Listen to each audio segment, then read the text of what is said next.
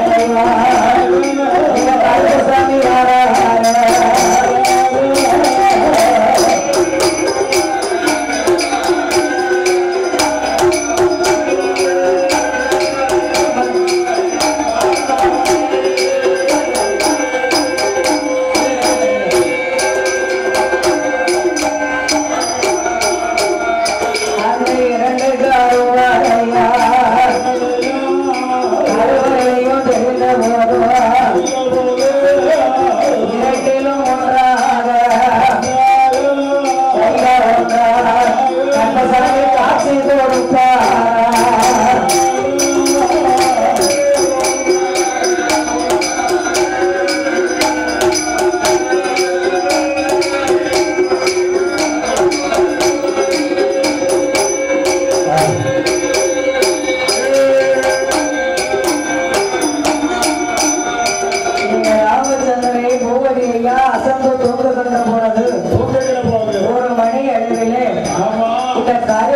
அவருக்கு இரண்டாகவே தெரிந்திருக்கிறது. இந்த கருவறை அமர்ந்திருக்கிறாரே ஐயா ஆரியங்காவு கருப்பசாமி, இவருடைய கருவறை இரண்டாக தெரிகிறது. இரண்டிலும் ஐயா ஆரியங்காவு கருப்பசாமி ரெண்டு கருவறைகளை நிக்கிற மாதிரி சாமி கண்ணுக்கு தெரிந்திருக்கிறது. பூவதி ஐயா கண்ணுக்கு அப்படி இருக்கக்கூடிய தருணத்திலே உடைவிழா நேரத்தில் மக்கள் எல்லாம் கூடி இருந்தனர். ஏற்கனவே ஆரியங்காவு கோவில குடன்னு சொன்னாலே லட்சக்கணக்கான மக்கள், பல கோடி மக்கள். பட்டி தொட்டி 18 கிராமம் ஆகுமா? ஆமா, இங்க இருந்து டெல்லி வரைக்கும் லட்சக்கணக்கான மக்கள் ஆலயத்திலே கூடி இருந்தனர். ஆனால் காவையா மட்டும் ஆலயத்தில் இல்லை. யாரு கிடையாது? நம்ம தாத்தா காலம் சென்ற கருப்பசாமியுடைய திருநாமத்தை பெற்ற ஆரியங்காவும் காவையா மாத்திரமே அந்த கொடைகளே இல்லாம இருந்திருக்கிறார். அப்படி இருக்கக்கூடிய தருணத்திலே சந்திரன் பூசாரி அவர் தன் மனதிலே காவையா இல்லை என்று சொல்லி இந்த பூவதி ஐயா இடமாதிர ஐயா பூவதியா காவையா இல்லாமல் கவலையாக இருக்குறையா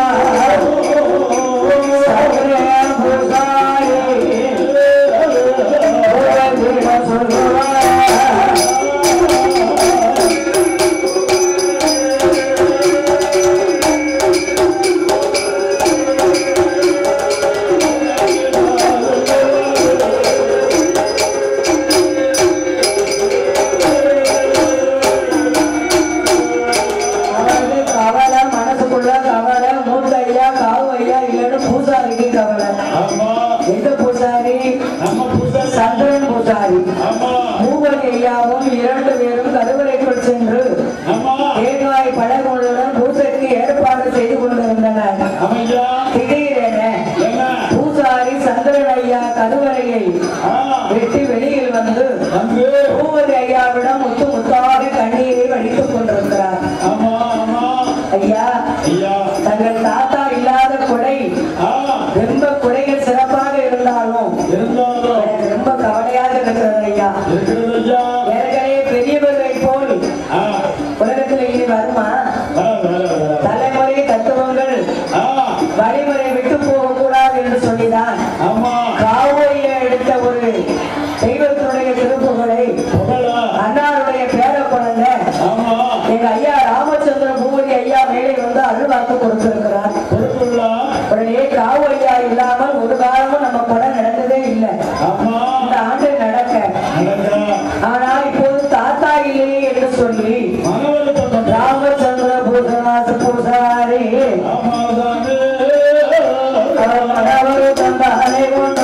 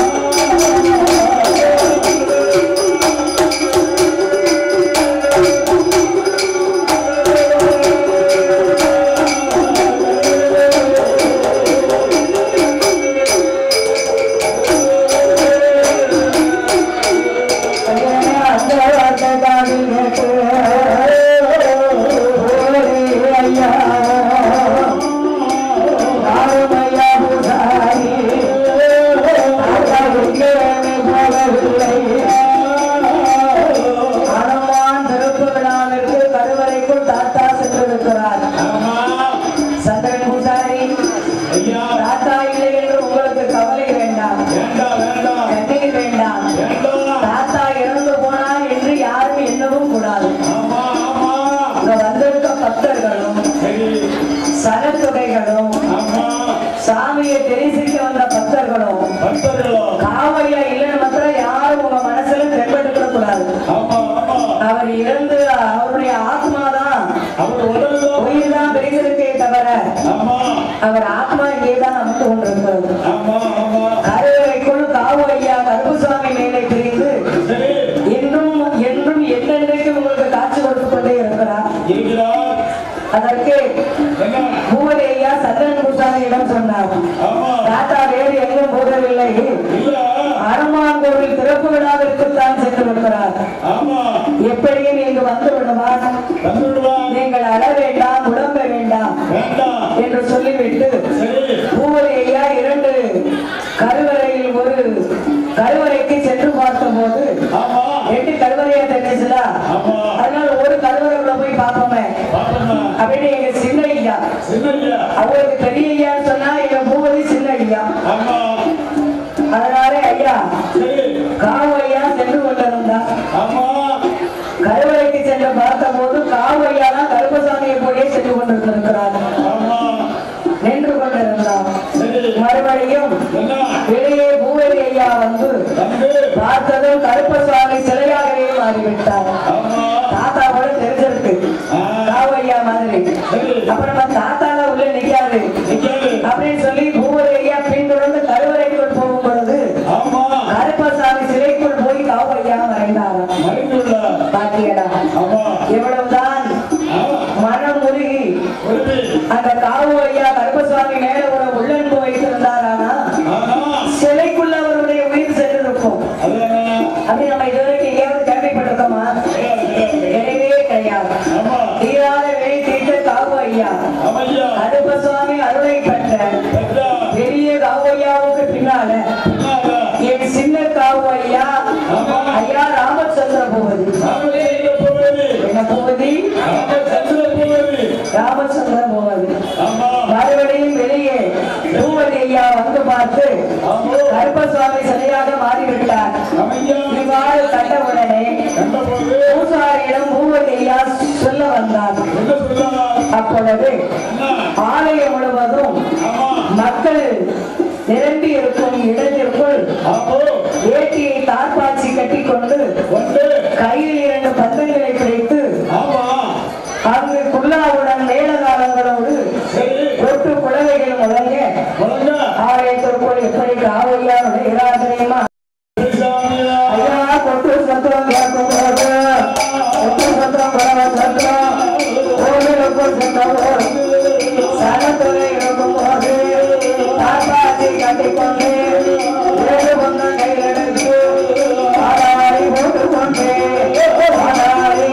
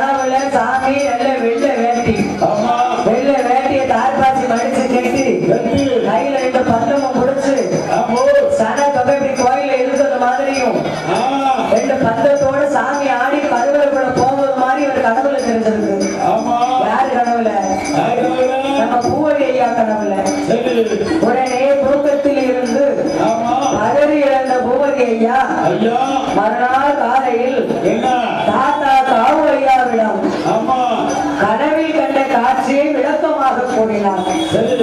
கனவுல என்னப்பா தெரிஞ்சது? தாத்தா நல்ல ஆள் வளர்ந்துருக்கு, வெள்ளை வேஷ்டி கச்சை வேட்டி அத தார்பாச்சி கட்டி இருக்கு, 2 பந்தம் கையில வச்சிருக்கு, நம்ம கோவில கொடை நடக்கிறது மாதிரி இருக்கு, சனத்தோட கூட்டமும் நிறைந்திருக்கு. இந்த கூட்டத்துக்குள்ள 2 பந்தத்தோட ஆடி போய்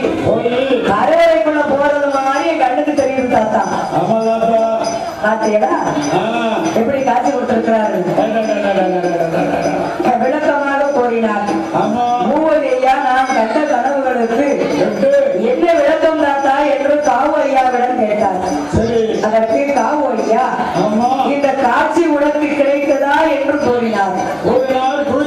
ஆம் தாத்தா அந்த காட்சி எனக்கு கிடைத்தது என்று ஐயா பூவதி ஐயா தாத்தாவிடம் கூறினார். அப்படி ஒரு பேசி என்ன செய்கிறார்கள் தெரியுமா? நான் ஐயாவின் வரைய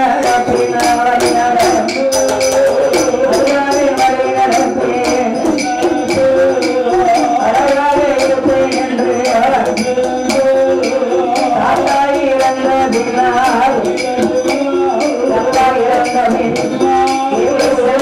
வைக்கலாமா?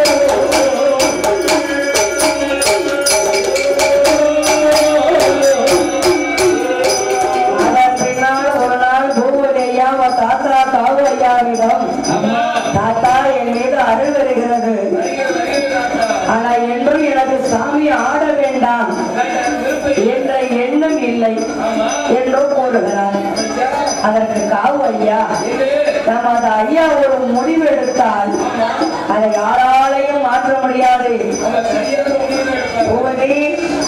நம்ம ஆரியனாவு கருப்பசாமி ஐயா முடிவு எடுத்தார்னு சொன்னா அந்த முடிவை யாராலையும் மாற்ற முடியாது. உன் மேல அருள் கிடைக்கி ஆட வேண்டாம் என்ற எண்ணம் உனக்கே வர வேண்டும். அந்த எண்ணம் வர வேண்டாம் அப்படின்னு சொன்னார். நீ என்றும் உன் பணிவிடைகளை செய்ய ஐயாவுக்கு. உனக்கு பக்கப்படமாக இருப்பார் கருப்பசாமி ஆரியங்காவு ஐயா என்று பூவதி ஐயாவுக்கு தெல்ல தெளிவாக தாத்தா எடுத்து வைக்கின்றார். அவர் அந்த நேரத்தில் இந்த சாமியை வைத்து வணங்க பத்தி சூட வாங்குவதற்கு காவு ஐயா என்ன பாடுபட்டிருக்கார் தெரியுமா?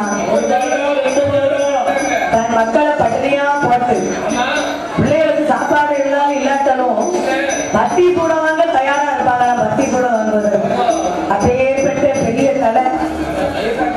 அந்த 2017ஆம் ஆண்டு ஆலயத்தில் கட்டிட வேலைகள் நடந்து கொண்டிருக்கும் போது 2017 நம்ம கொரோனா வந்துச்சு, ஊரடங்கு சட்டம்.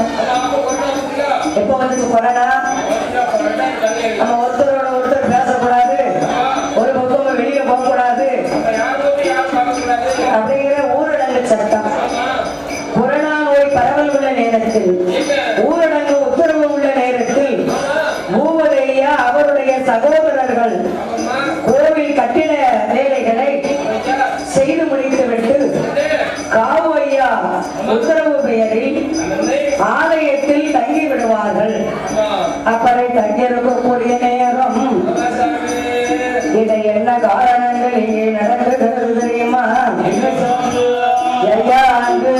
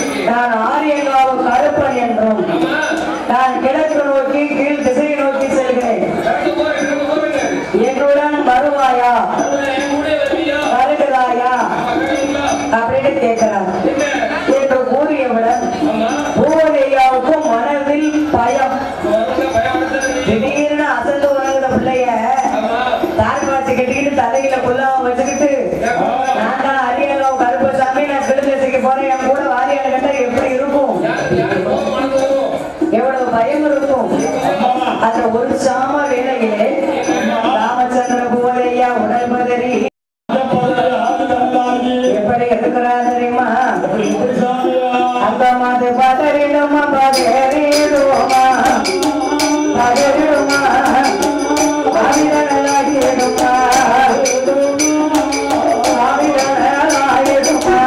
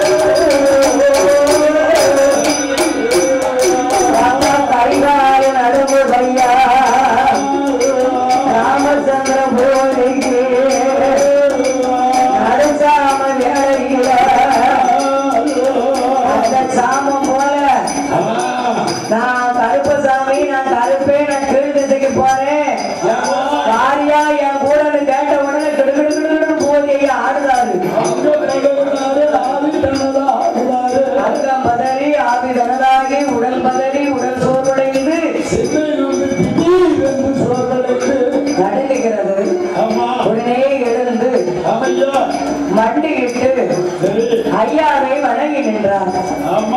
என்னால் வளர்க்கப்பட்ட பிள்ளைதான் நீ. யாரால வளர்க்கப்பட்ட பிள்ளை? ஆரியங்காவு கருப்பசாமி காவு ஐயாவால் வளர்க்கப்பட்ட குழந்தைதான் நீ. எனக்கு நீ பணிவிடை செய்ய வேண்டும் அப்பா. ஏ ராமச்சந்திர பூபதி என்று அழகாகவே கூறினார்கள். பணிவிடை செய்ய வேண்டும் என்று சொன்னவுடனே எனக்கு உழைக்க வேண்டும், அதற்கு நீ தயாராக இருக்கிறாயா என்று கேட்டார். அது அதிகாரப்பட்டவனுக்கு காவு ஐயா அவன் செய்து வந்த பணிவிடைகளையும் ஊழியர்களையும் செய்வாய் என்று கேட்கிறார். தாத்தா செய்வதை போல அந்த காலத்தில் எனக்கு எப்படி ஊழியம் செய்து என்னுடைய பணிவிடைகளை தவறாது நடத்தி வந்தார்களோ அதை போல நீ என் ஊழியர்களை செய்வாயா என்று கேட்கிறார். அதற்கு போவதே ஐயா, நான் சிறிய பிள்ளை, நானும் அறியாத குழந்தை, அறியாத பாடகன், தெரியாத குழந்தை, எனக்கு இன்னும் திருமணமாகவில்லை, வாழ்க்கையிலேயும் நான் இணையவில்லை, எனக்கு ஒரு குழந்தை குட்டியும் ஆகவில்லை, சிறுவனாக இருக்கும் இந்த சிறு குழந்தையை நான் எப்படி இருக்க அப்படின்னு நான் என்ன செய்வேன் என்று கேட்கிறார். அதற்கு ஆரியங்காவு கருப்பசாமி முடியும் இல்லை முடியாது என்று சொல்லைத்தான் கூற வேண்டும். வேற எனக்கு கல்யாணம் முடியல, எனக்கு குழந்தையாக இந்த வார்த்தையில நான் உங்களை கேட்கல.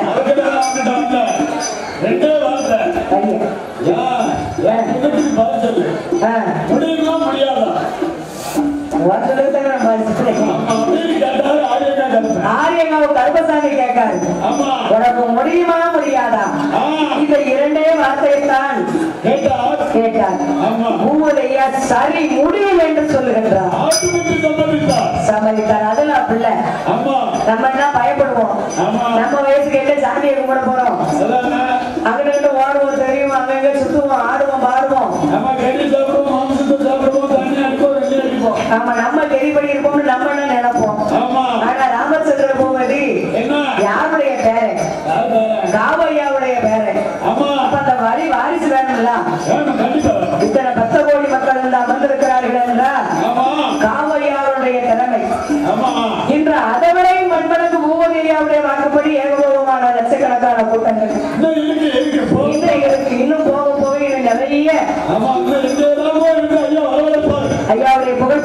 வேண்டியதற்கு பூவரையா சரி முடியும் என்று சொல்லுகிறார். இவ்வாறு ஆரியங்காவு கருப்பசாமியும் பூவரி ஐயாவும் உரையாடி கொண்டிருக்கும் போது காவு ஐயாவின் உருவத்தில் தோற்றம் தெரிகிறது. யாரு மாதிரி தோற்றம் தெரிகிறது? அவர் தாத்தாவை மாதிரி எப்படி தோற்றம் அடைகிறார் தெரியுமா? அப்படியே உரையாடும் நேரத்தில் ராமச்சந்திர பூவதி காவு ஐயா போரையோ காசியாக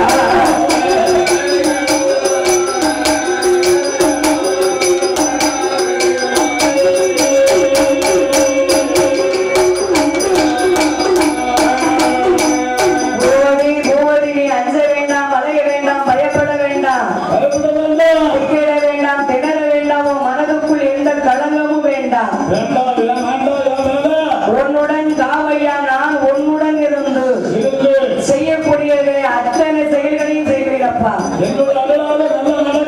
நல்ல நடக்கும். நீ பயப்படாத, நடத்துகிறேன். நீ கருவியாக மட்டும் எனக்கு இரு. அதுல செயல்படுவதற்குள்ள நான் செயல்படுவேன். என்ன கருவியா இருக்கிறோமா? கருவாகிற கருவிகளை மத்திர நீ இருந்தா போதும், காட்சி கொடுத்தா போதும். அத்தனைக்கு நான் உன்னுடன் இருந்து செய்து கொண்டே இருப்பேன். நீ கருவி போலையும் நான் ஊசி முறை போலையும் உனக்கு உள்ளிருந்து அழகாக தெரிகிறேன் என்று காவு ஐயா மரியாதை பேசுகின்றார். எப்பேற்பட்ட எதிர்ப்புகள் போட்டி போராமல் போட்டி இல்லாம போராம இல்லாம உலகத்துல யாராச்சும் வாழ்ந்துட்டாங்களா? இவன் வாழ்ந்தா எனக்கு பொறுமை கிடையாது, நான் வாழ்ந்தா இவனுக்கு பொறுமை கிடையாது, இவன் வாழ்ந்தா அவனுக்கு பொறுமை கிடையாது. ஒருவருக்கு ஒருவர் ஒரு படி உயரக்கூடாதுல்ல அப்படிங்கிற போட்டி போடாம உலகத்துக்குள்ள நிறைய இருக்கும். அதனால எப்பேற்பட்ட எதிர்ப்புகள் போட்டிகள் பொறாமைகள் மாந்திரிகங்கள் சில தத்துவங்களும் ஆகிய அதேவிடம் இருக்கும். உன்னை நான் காப்பாற்றுவேன் என்று கூறுகிறார் காவு ஐயா கருப்பசாமி. பின்னர் காவுக்கு என்ன வாக்கு வரம் அளித்தால் அத்தனை வரங்களையும் உனக்கு நான் தருவேன்.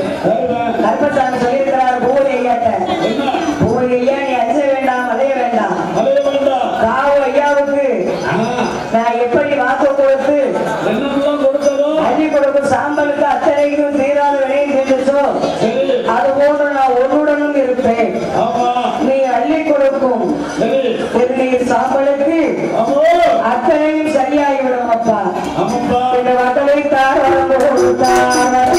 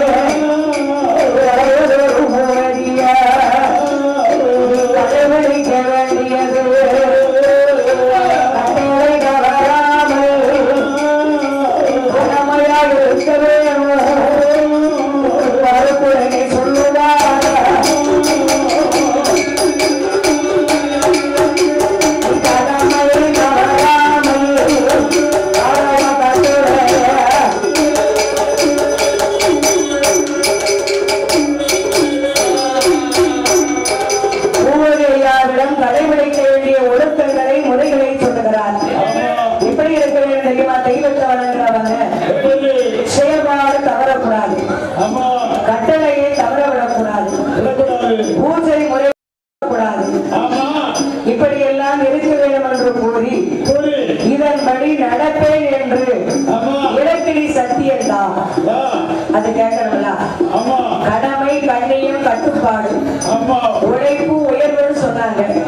உழைத்தான் வாழ்க்கையில முன்னேற முடியும். கடமை கட்டுப்பாடு கண்ணியம் இருந்தாதான் தெய்வத்தின் பக்தியில இறங்க முடியும். இல்லன்னா இறங்க முடியாது. நம்ம கொடுத்துக்கார பையன மாதிரி இருந்தா சாமி கிட்ட இறங்க முடியுமா? காலையில எதிர்த்த உடனே காபி கடைக்கு போகாம இருக்க மாட்டாங்க. காபி கடைக்கு போகாம அப்ப உங்ககிட்ட எப்படியா சாமி நிற்கும்? அப்படியா? ஆரியங்காவு கருப்பசாமி பூபதி ஐயா இப்படி கட்டளைகள் எல்லாம் கேட்டு சத்தியம் கேட்டார். பூபதி ஐயாவும் சத்தியம் கொடுக்கின்றார். என்றும் உன் கூடே இருப்பேன், உன் உள்ளே இருந்து உன்னை வழி நடத்துவேன், சகலமும் அறியும் ஞானத்தையும் உனக்கு நான் தருவேன் என்று ஐயா கருப்புசாமி சொல்லுகின்றார். ஐயா பெயர் சொல்லி அள்ளி கொடுக்கும் சாம்பலுக்கு தீராத வினையும் தீர்த்து வைத்தேன். அகிலமெல்லாம் சக்தி உள்ள ஆரியங்காவு கருப்பன் என்றும் பெயர் விளங்குவேன். காட்டி கொடுப்பேன். இது சத்தியம், இது சத்தியம், இது சத்தியம் என்று ஆரியங்காவு கருப்பசாமி சொல்லி மறைந்து விட்டார். அவர் மறைந்தவுடனே மறுநாள் காலையில் பூபதி ஐயா காவையாவிடம் சென்று இரவு ஆலயத்தில் நடந்த சம்பவங்களை கூறுகின்றார். காவையாவுடன் கண்ணீர் விட்டு அழுகின்றார். ஐயாவின் அனுகிரகம் உனக்கு கிடைத்து விட்டது என்றும் கூறுகிறார். அழ வேண்டாம் பூபதி, நீ அஞ்ச வேண்டாம், அலைய வேண்டாம். ஐயாவுடைய அனுகிரகம் உனக்கு கிடைச்சாச்சு அப்படின்னு சொன்னார். அதையும் சம்மதித்துக் கொண்டு என்னை எப்படி இருக்கிறார்கள் தெரியுமா? காவு ஐயா விடாமா, காவு ஐயா விடாமா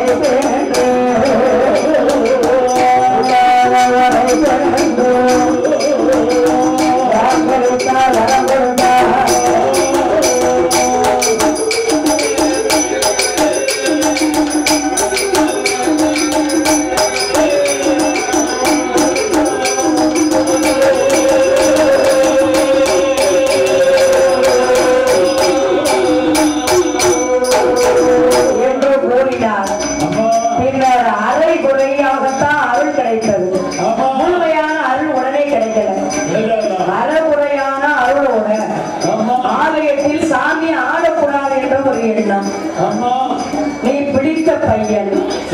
அதனால் இன்றையிலிருந்து எளிமையான வழிபாடுகளை நீ செய் என்று கூறினார். எண்ணத்தையும் செயலையும் உன்னுடைய மனதையும் தூய்மையாக வைத்துக்கொள். மனதை சுத்தப்படுத்தினால்தான் தெய்வங்கள் நமக்கு அருள் புரியும். நம்ம சொன்ன வாக்கு படிக்கும். பக்தமோடிகளை கோவிலுக்கு வரவழைக்கலாம். அப்படின்னா ஒரு எண்ணத்தை சுத்தமாக வைத்துக்கொள். அன்பு, தர்மம், பொறுமை, சத்தியம், நேர்மை, இந்த வழிகளை நீ கடைபிடித்து வர வேண்டும். இத்தகைய நீ கடைபிடிக்கும் போது நிறைய சோதனைகள் கஷ்டங்கள் உனக்கு ஏற்படும். அப்படியெல்லாம் வருதுன்னு சொல்லி நீ எதற்கும் அஞ்ச வேண்டாம், அலைய வேண்டாம், துவங்க வேண்டாம், பின்வாங்கி செல்லவும் கூடாது. எனக்கு கிடைத்த ஐயாவின் அனுகிரகம் உனக்கும் கிடைத்து விட்டது. வழிபாடு நான் சொல்லும்படி கடைபிடித்து வா என்று கூறினார். எப்படி சொல்லுகின்றார்? நீ அதையெல்லாம் செய்து உன் மனதை தூய்மைப்படுத்தி நீ அதை செய்து கொண்டிருக்கும் பொழுது உனக்கு சங்கடங்கள் வரும்.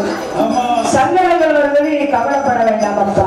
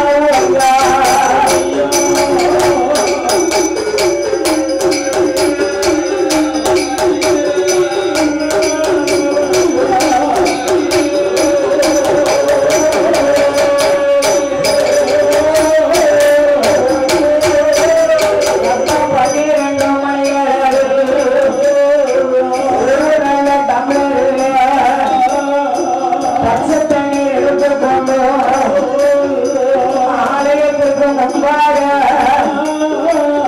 ஆலயத்திற்கு முன்பாக கொண்டு போய் வைக்கிறோம்.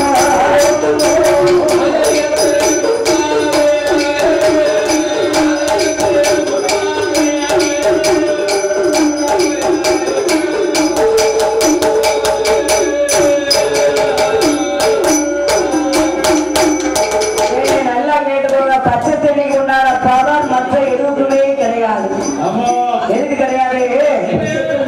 இப்ப நம்ம தம்பி சாப்பிடுறது பச்சை தண்ணி சாப்பிடலாம். அவனுக்கு ஏகப்பட்ட பவர் இருக்கு.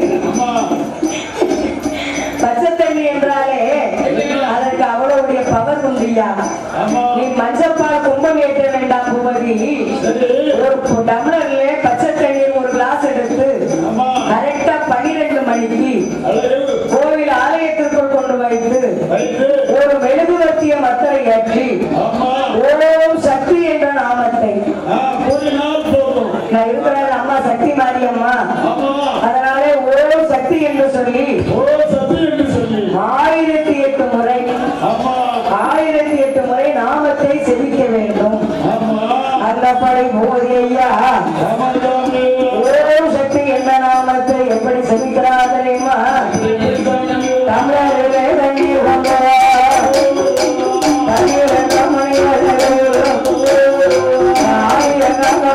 சாமி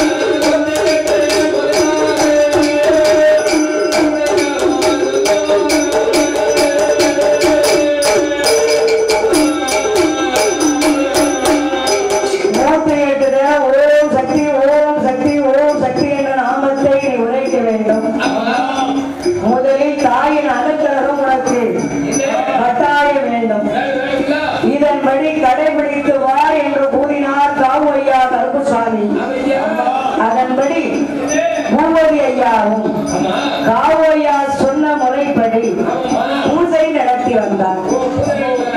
இவ்வாறு பூஜை நடத்தி வந்த நிலையில் 21ஆம் நாள் பூஜை முடிந்து ஆலயத்தை விட்டு வெளியே வரும்போது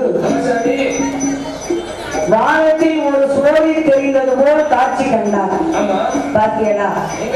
ஒரு தமிழர்ல பச்சை தண்ணியை கொண்டு போய் வைத்து ஒரு மெழுகுவர்த்தியை ஏற்றி 108 தேர ஓம் சக்தி என்ற மந்திரத்தை செவித்து 21ஆம் நாள் பூஜை முடித்து ஆலயத்தை விட்டு வெளியே வரும்போது வானத்தில் தெரிஞ்சிருக்க ஒரு சோதி மாதிரி நம்ம சாமியை கொண்டு வந்தா நம்ம கண்ணுக்கு தெரியுதா? நம்ம தாளத்துக்கார என்ன சொல்றா, நானும் வெளியே வெளியே சாமியை கொண்டு தான் பாக்கேன். அந்த சாமியை கண்ணுல ஒரு நாள் வர மாட்டேன். ஒழுங்கான முறையில கொண்டு தானே வரும். அதனாலே ஒரு சோழி மூலம் தெரிந்தது. காட்சியை கண்டார் பூவதி ஐயா. இத்தகைய காட்சியை கண்ட மறுகணமே ஒரு பெண்ணின் குரல் கேட்கிறது. எப்படி கேட்கு? ஒரு பெண் குரல் மாதிரி கேட்க. அம்மா தாய் சக்தி மாரியம்மா குரல் அது ஒரு பெண் குரல் மாதிரி கேட்டது. நான் யாரோ என்று உனக்கு தெரியுமா? அதற்கு பூவதி ஐயா குரல் கேட்கிறது. உருவம் தெரியவில்லையே என்றார். உருவம் தெரியும் அளவுக்கு என்னை தேடிக்கொள் விரைவில் நான் தெரிவேன் என்றார். மறுநாள் காலையிலே ராவு ஐயாவிடம் நடந்ததெல்லாம் எப்படி கூறுகிறார் தெரியுமா? மறுநாள் காலையிலே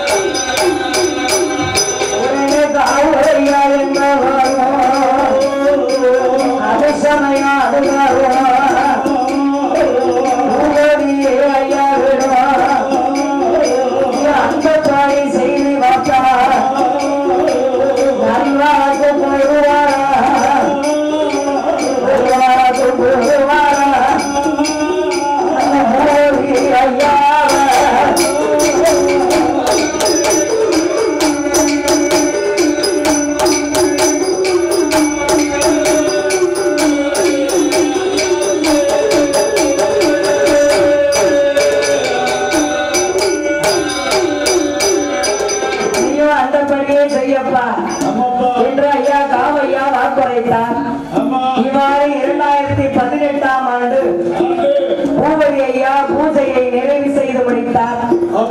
2018ஆம் ஆண்டு புரட்டாசி கொடையில் ஆரியங்காவு கருப்பசாமி பூவதி ஐயா மீது இறங்கி ஆடுகிறார். சாமி பூவதி ஐயா மேல வந்தது 2018ஆம் வருஷத்துல. இப்ப எத்தனாவது வருடம்?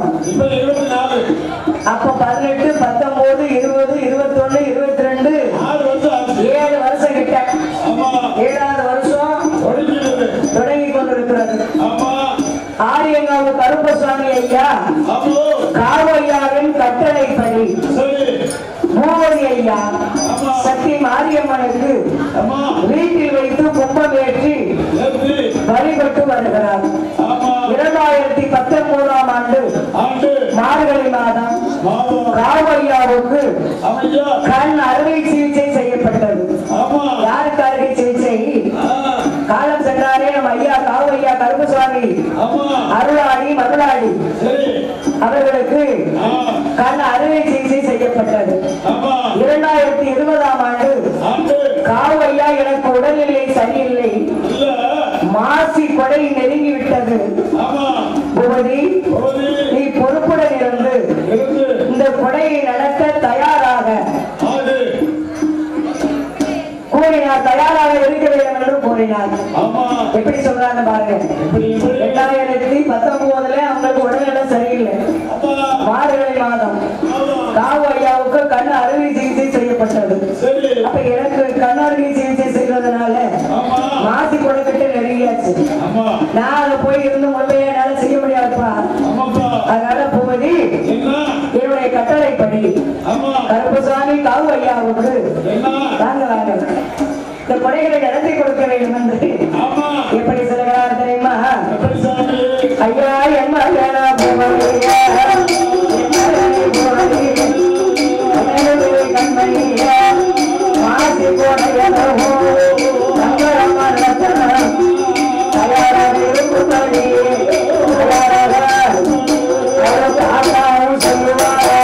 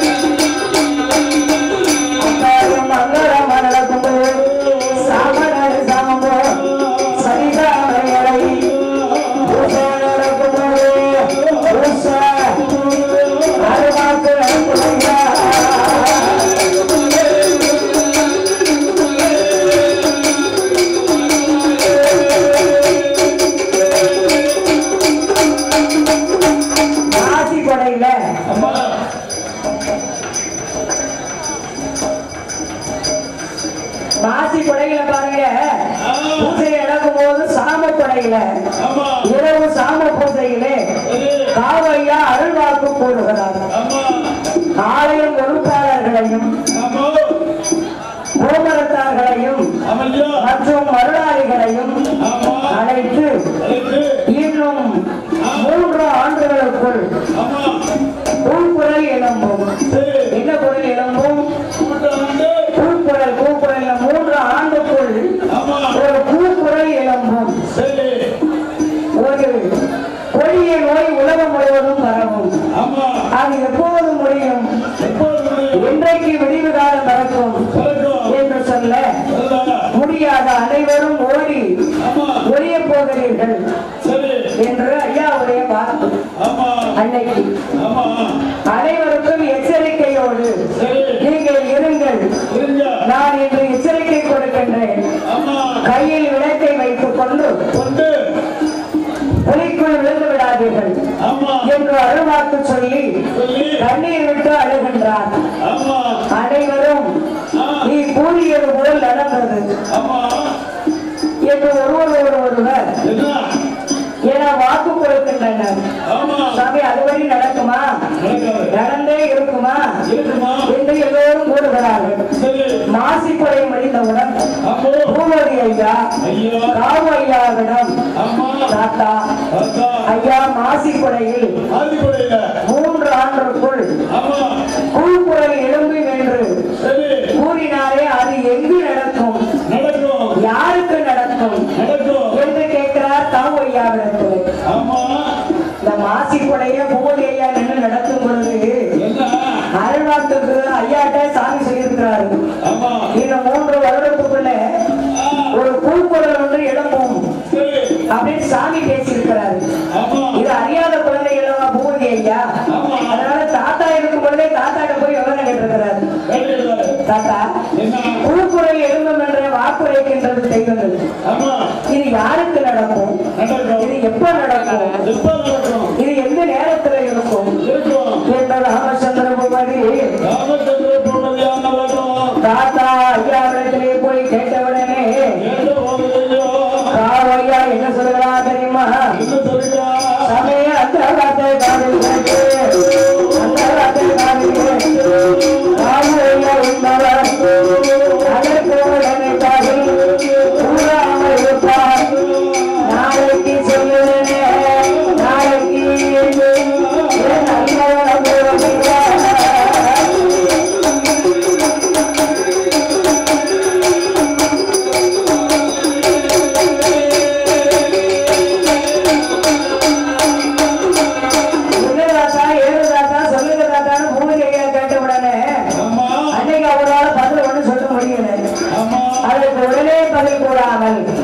நாளைக்கு உனக்கு பதில் சொல்லுகிறேன் என்று கூறி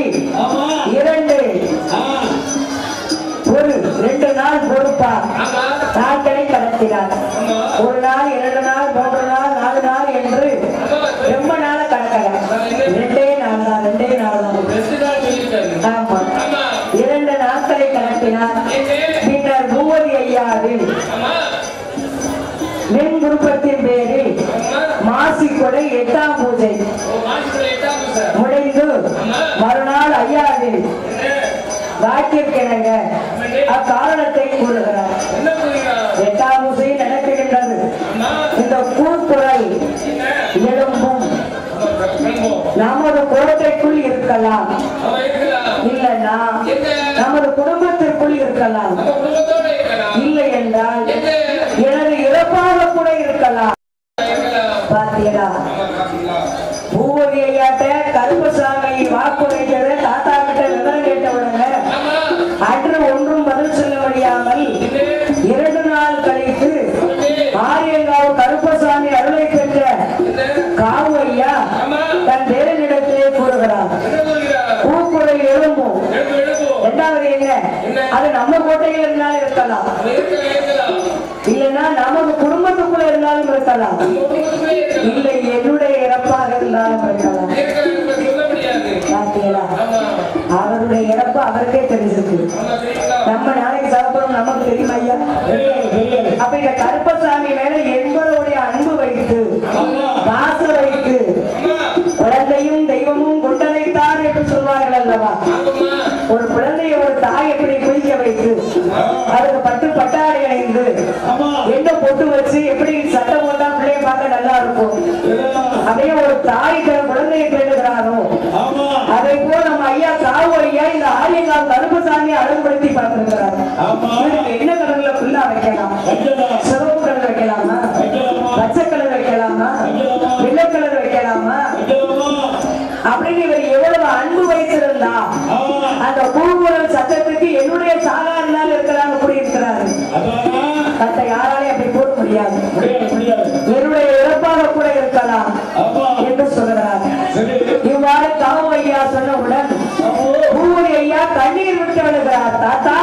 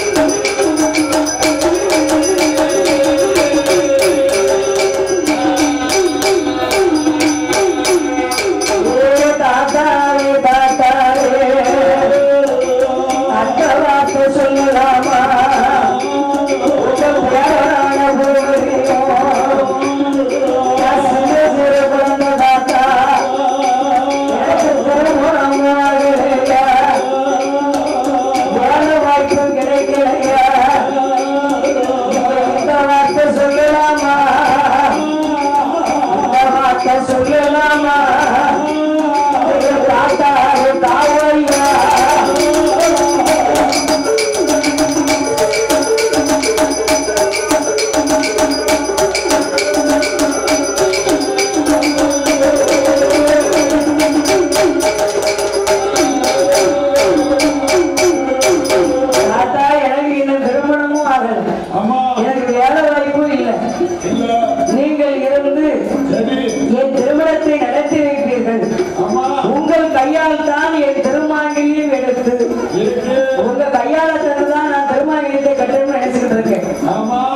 இந்த வார்த்தையை பேசலாமா தாத்தா என்று காவையாவிடம் மூவரையா உரையாடி கொண்டிருந்தார்.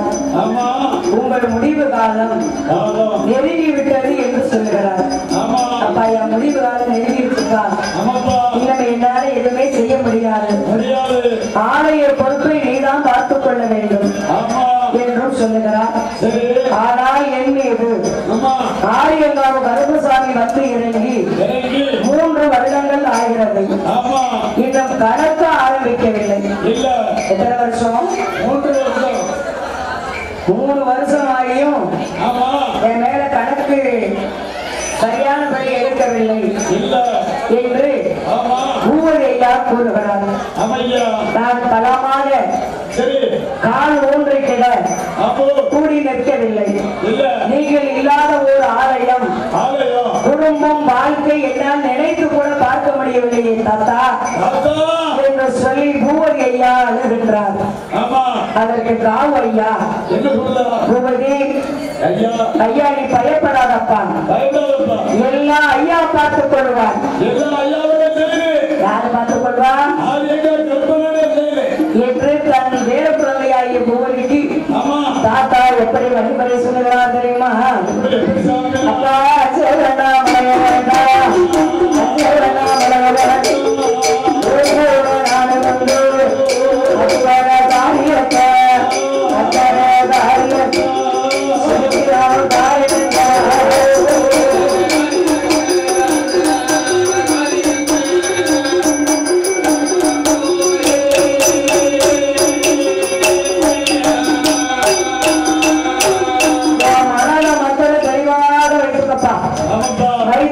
என்னை வழி நடத்தியது போல் உன்னையும் ஐயா வழி நடத்துவார். உனக்கு ஆண் குழந்தைதான் பிறக்கும். பார்த்தீங்களா? உனக்கு ஆண் குழந்தை பிறக்கும் போது நானாக வந்து பிறப்பேன். இப்ப பிறப்பேன், நாளைக்கு பிறப்பேன். தன குழந்தை 2வது குழந்தை ஒரு வாக்கு கொடுக்கல. எப்போ ஆண் குழந்தைய எப்போ உனக்கு பிறக்கும் அந்த பிள்ளை காவு ஐயாவாகத்தான் வந்து பிறப்பேன். பூவரி ஐயாவுக்கு அவர் தாத்தா காவு ஐயா வாக்கு கொடுத்திருக்கிறார். ஆண் குழந்தை பிறக்கும் போது நானாகத்தான் வந்து பிறப்பேன் என்று கூறினார். இவ்வளவு கூறியும் பூவரி ஐயா அழுது கொண்டே, நீங்கள் இல்லாவிட்டால் நானும் உயிரோடு இருக்க மாட்டேன் தாத்தா என்று சொல்லி எழுதுகிறார். பார்த்தீங்களா? சொல்லுவார்கள் உலகத்திலே தாயோடு அறுசுவை போகும், தந்தையோட கல்வி போகும், தான் பெற்ற செல்வம் போகும். அப்பா இருந்தாருன்னா படிக்க வைப்பாரு, போகும் சொல்லுவாரு. ஏன் பேச மாட்டாங்க?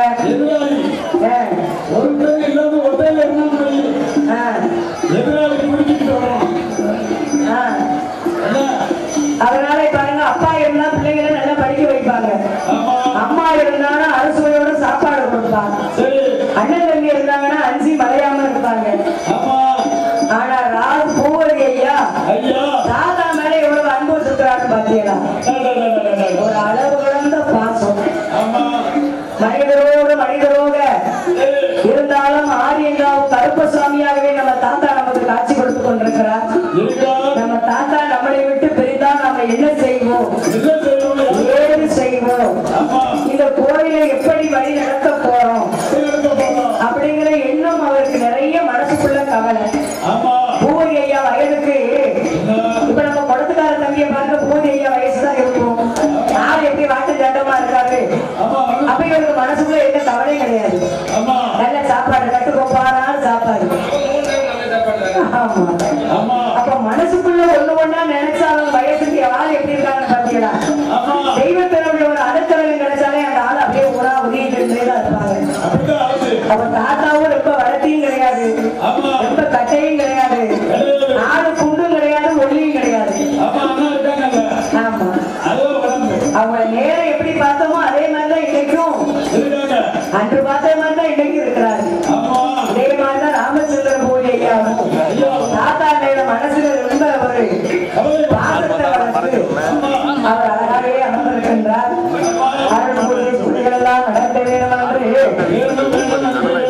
ஆறு குழந்தையாக பிறந்தால் நானாத்தான் போதி பிறப்பேன் இந்த மனதை காவு ஐயா கூறுகிறார்.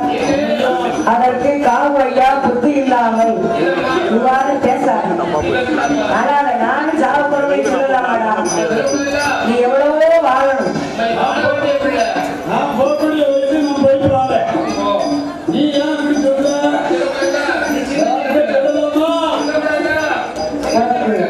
கொஞ்சம் கூட புத்தி இல்லைங்க. நானும் தாத்தா நீங்க இறந்துட்டா நானே இறந்துடும் சொல்லி நல்லா பார்த்து இந்த தெய்வத்தை வழி நடத்துவதற்காக வேண்டியும் இந்த 10 கோடி சனங்களை வரவழைக்கிறதுக்காக வேண்டியும் எனக்கு கொடுத்த வார்த்தை.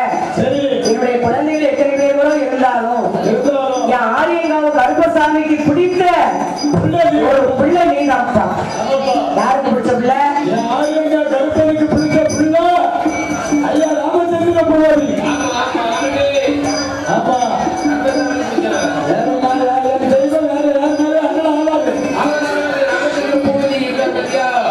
கடமை, கண்ணியம், கட்டுப்பாடு, நேர்மை, ஒழுக்கம், உயர்வுன்னு சொல்லியிருக்காங்கல்ல. இத்தனை இல்லாத தெய்வம் அனுகிரகமாகும், இதனை இப்படி அனுகிரகமாகும். அதனாலே ஆண்டவன் ஐயாவான காவு ஐயா, ஏ பேரா பூவை ஐயா, புத்தி இல்லாம என்கிட்ட நீ எவ்வளவு பேசக்கூடாது. பெரிய கோயிலை நமது ஐயா ஆரியங்காவு கருப்பசாமி நம்மளுக்கு உருவாக்கி தந்திருக்கிறார். எந்த கோயில? இந்த கருப்பசாமி கோயில் சின்ன கோயிலா? பெரிய ஒரு உயர் சிவாலயத்திற்கு சிறந்த ஆலயம் போலவே ஆரியங்காவு கருப்பசாமி ஒளிபரப்பிக் கொண்டிருக்கிறார். அந்த தெய்வத்தை விடக்கூடாது என்று என்ன சொல்லுகிறார் தெரியுமா? பூவதியே பூவதியே ஆரியங்கா கருப்பசாமி பெரியோரு தெய்வம் அப்பா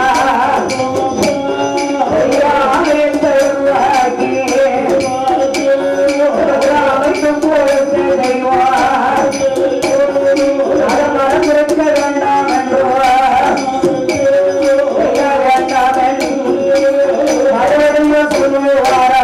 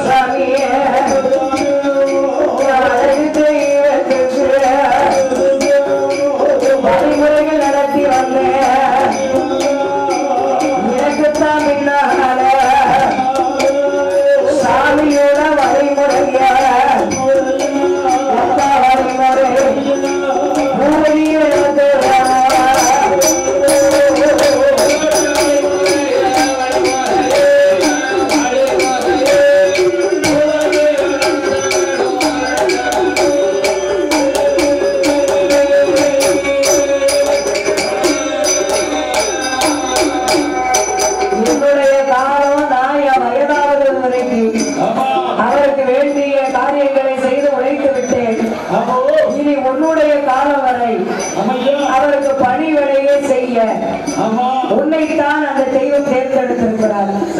யாரை தேர்ந்தெடுத்திருக்கிறார்? இளைய ஐயா பூரி ஐயாவை. அதனால் இவ்வாறு நீ போகக்கூடாது. நீ ஐயாவுக்கு ஊழியம் செய்தே ஆக வேண்டும். நான் இல்லாவிட்டாலும் உன் கூடவே இருப்பேன், உன் கூட இருந்து வழி நடத்துவேன். நான் காட்டிய பெண்ணை நீ திருமணம் செய்து கொள். உன் வாழ்க்கையை நன்றாக இருக்கும். ஆலயத்தில் எந்த சூழ்நிலை எந்த பூஜை முறைகளையும் மாற்றக்கூடாது என்று பூவதியை அழைத்து காமையா வாக்குரைத்த போது அது சமயம் அது தரணம் அப்படியே நல்லது என்று சொல்லி நானும் வழி நடத்துறேன். நான் இந்த பெண்ணை கையை காமிக்கணும், அந்த பெண்ணை திருமணம் செய்யும். உனக்கு எது நடத்தினாலும் நீ இன்னும் நான் முன்னமா நின்று உனக்கு வழிகாட்டி நடத்தி கொண்டே இருந்தேன் என்று கூறுகிறார். ஐயா கூறும் பூஜைகளை முறைகளை மறக்கக்கூடாது என்றும் வாக்களித்தார். நமது ஐயா பொறுமையின் பொக்கிஷமும் அவரை போல் இது ஒரு தெய்வத்துக்கு வராது. ஆரியங்காவ் கருப்பசாமிய மாதிரி பொறுமையான தெய்வம் இந்த உலகத்துல எங்கேயுமே கிடையாதுன்னு பேர பிள்ளைக்கு காவையா பொக்கிஷமா எடுத்து விவரம் சொல்றாரு. அதனால அந்த தெய்வத்தை நீ மறக்க கூடாதப்பா. அவரை போல் ஒரு தெய்வம் இல்லை. ஆனால் அவர் பொங்கி இழந்து விட்டார். அவரை சாந்தப்படுத்தவும் யாராலும் முடியாது. உலகத்துக்கு யாரும் இணங்க முடியுமா? இணங்க முடியாது என்று காவையா ராமச்சந்திர கோவிந்தத்திலே ஆதி அங்கா என்ற கருப்பசாமி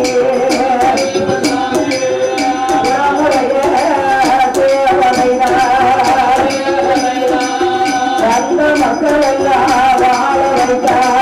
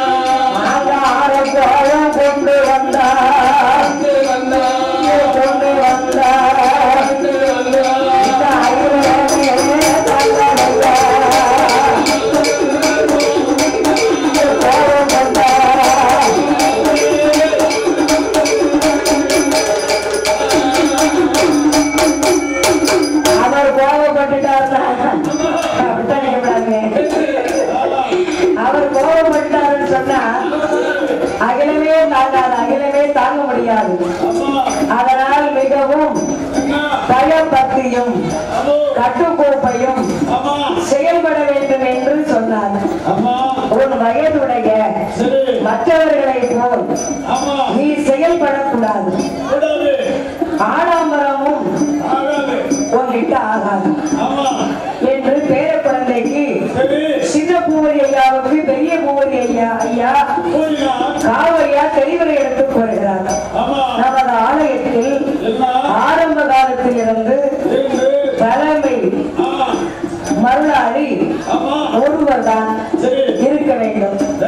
நான் எப்படி ஆரியங்காவ் கருப்பசாமிக்கு ஒரு சாமி கொண்டாடியாக இருந்தேனோ அது போன்று ஒருவராகத்தான் இருக்க வேண்டும்.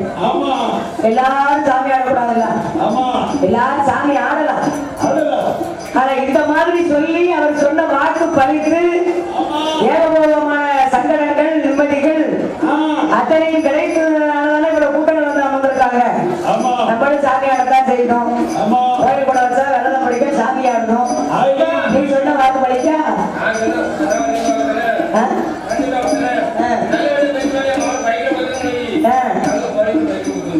பாத்தீங்கன்னா நல்லபடியா போயிட்டு வரணும்னா பைக்கை கொடுத்துட்டு வந்துருவோம்.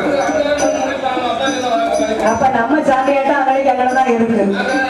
அப்ப தெய்வத்தை வரவழைக்க வேண்டுமானா அவருக்கு நம்ம உள்பட்டு இருந்தா தான் அவர் நமக்கு எதிர்சக்தி கொடுத்து கொண்டிருப்பார். அதனால நமது ஆலயத்தில் ஆரம்ப காலத்தில் இருந்து தலைமை அருளாடி ஒருவராத்தான் இருக்க வேண்டும். இன்றைக்கு உள்ள மற்ற 4 மருளாளிகளை தவிர வேறு யாருக்கும் இடம் கொடுக்க கூடாது. சக்தி மாரியம்மா, ஆரியங்காவு கருப்புசாமி, ராவு ஐயா, ரப்பைய விநாயகன், அந்த அம்மா 2 பேரும் சக்தி மாரிய பூரண கும்பம்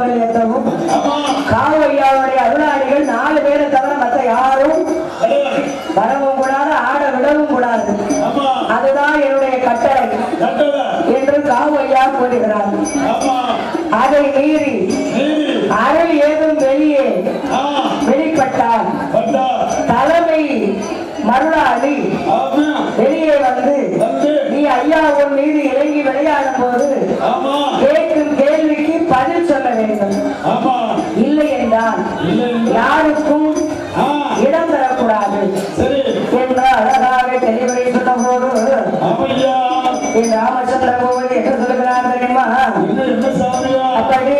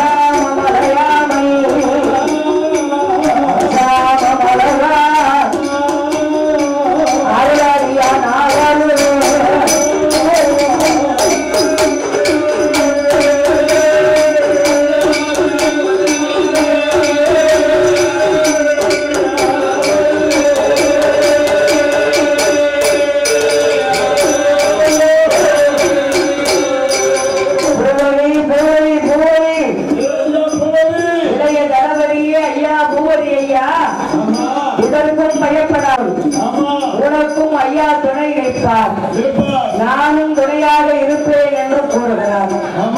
இது இதை தவிர அனைத்து ஆலய சம்பந்தப்பட்ட விஷயங்கள், பூஜை முறைகள், வழிபாடுகள், கட்டுப்பாடுகள் அனைத்தையும் நானும் ஐயாவும் உனக்குள்ளிருந்து செயல்படுவோம், நடத்துவோம், நடத்தி காட்டுவோம், நடத்தி தருவோம் என்று காவையா திருப்தியாக கூறுகிறார்.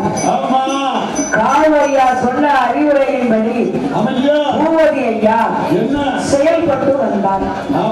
இவ்வாறாக 2020ஆம் ஆண்டு எத்தனாவது ஆண்டு? 2020ஆம் ஆண்டு புரட்டாசி மாதம் புரட்டாசி குடையும் நடந்து முடிகிறது. அப்படி முடியக்கூடிய தருணத்திலே புரட்டாசி குடை முடிந்தவுடன் காவையா சொன்னது போல உலகம் முழுவதும் காற்றின் மூலம் கொரோனா நோய் பரவுகிறது. எப்ப சொன்னாரு?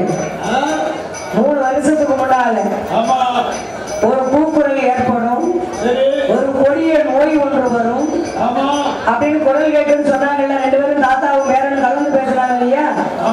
அது இப்பதான் ஆரம்பம். புரட்டாசி கூட நடந்து முடிந்ததுக்கு அப்புறமாக 2020ஆம் ஆண்டு கொடை நடந்து முடிய கொடை முடிஞ்ச உடனே தாத்தா ஐயா சொன்னது போல உலகம் முழுவதும் காற்றின் மூலம் கொரோனா நோய் பரவுகிறது. அனைவரும் ஓடி விடுகின்றனர். வந்துச்சே கொரோனா கொடிய நோய். எப்ப 1 லட்சம் கொரோனாவில் அழிவுனா 1 லட்சம் பிறகு எப்ப யாரும் ஒரு வேலைக்கு போகல. அதனால பிறப்பு ஒண்ணுன்னா இறப்பு 2 இருந்தா பிறப்பு 1 பிறந்துகிறது. அதனால இப்படி இருக்கும் பொழுது 2000 உலகம் முழுவதும் காற்றின் மூலம் கொரோனா நோய் பரவுகிறது. அனைவரும் ஓடி வருகின்றனர். இப்படி இருக்கும் போது 2021ஆம் ஆண்டு மாசி கொடையை மிகவும் கட்டுக்கோப்பாக நீ நடத்த வேண்டும். எப்படி நடத்த வேண்டும்? நீ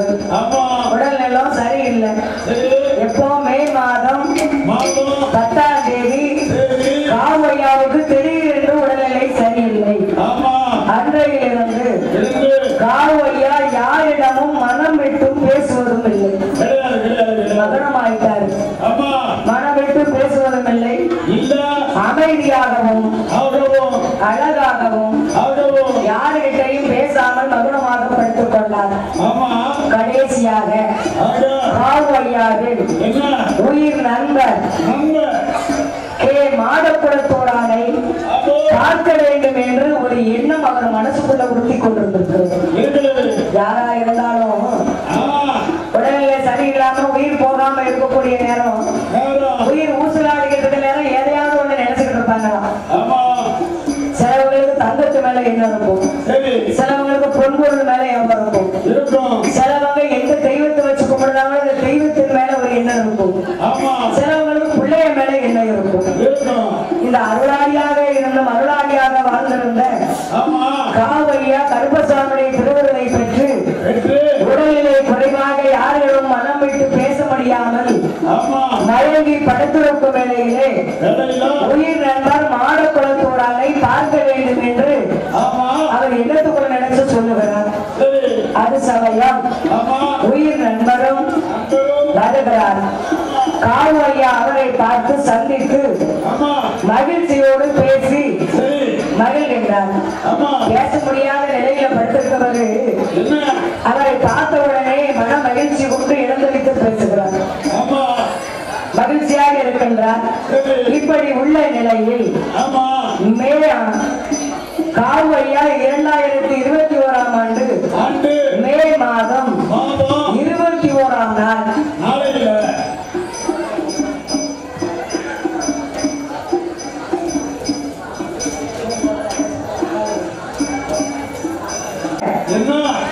இப்படி உள்ள நிலையில் காவையா 2021ஆம் ஆண்டு மே மாதம் 21ஆம் நாள் நமது ஐயாவின் உயிர் சீவமானது இறைவனடி சேர வேண்டும் என்று காவையா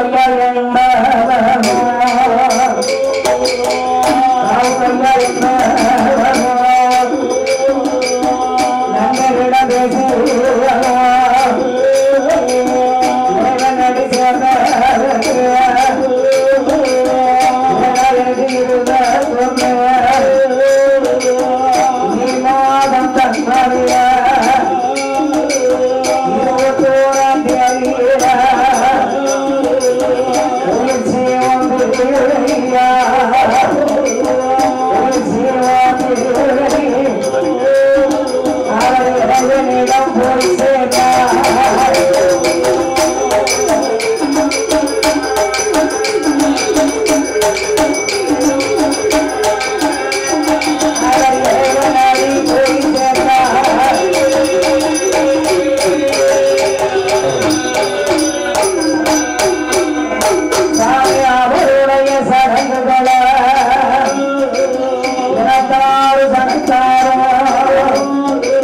சொந்த ஒன்று கூடி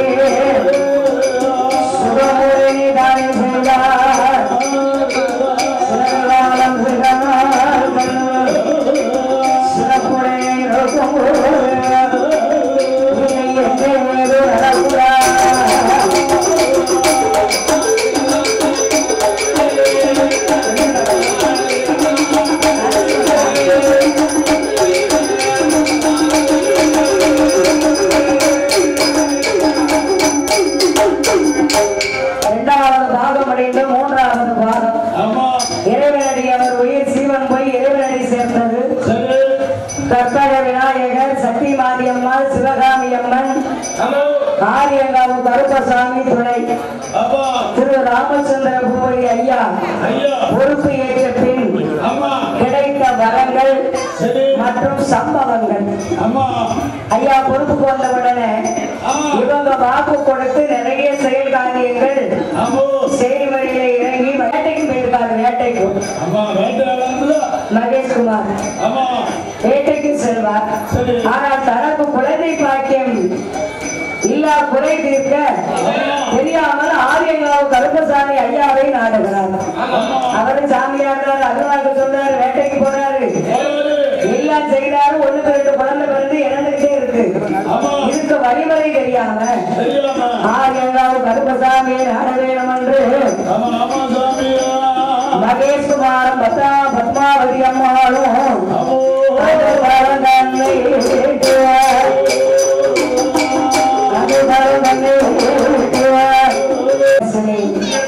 சத்தனகுமார், நாகச்சோதி, பண்டாரம், இசக்கி, சசிகலா, செல்வன், நாகமணி, மணிகண்டன், மல்லிகா, காளிராஜ், மகாராஜா, முனீஸ்வரி, பிரம்மானசாமி, மகேஸ்வரி, சாமித்துறை இவரையாக வந்து அமரும்படி ஐயாவுடைய உத்தரவு. யாருடைய உத்தரவு? பூவதி ஐயாவுடைய உத்தரவு. இப்ப நான் பேரு வாசிச்சவங்க எல்லாரும் சாமிக்கு முன்பதாக வரிசையா வந்து அமருமாறு ஐயாவுடைய உத்தரவு. கண்ணன், பெரிய தரிசனி, சந்தனகுமார், நாகச்சோதி, பண்டாரம், இசக்கி, முத்து, சசிகலா, செல்வன், ராமக்கணி, மணிகண்டன், மல்லிகா.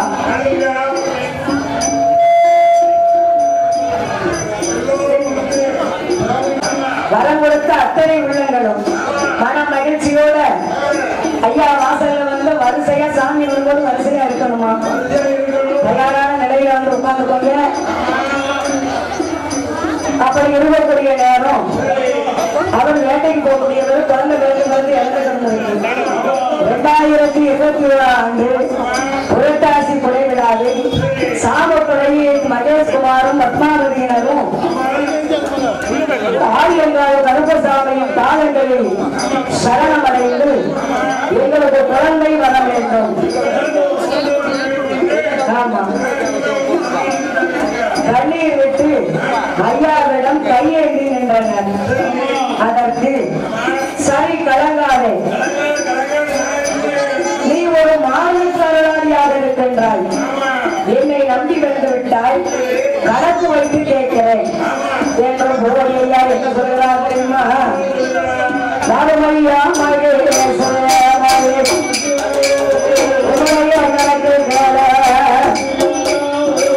கருப்பசாமி என்று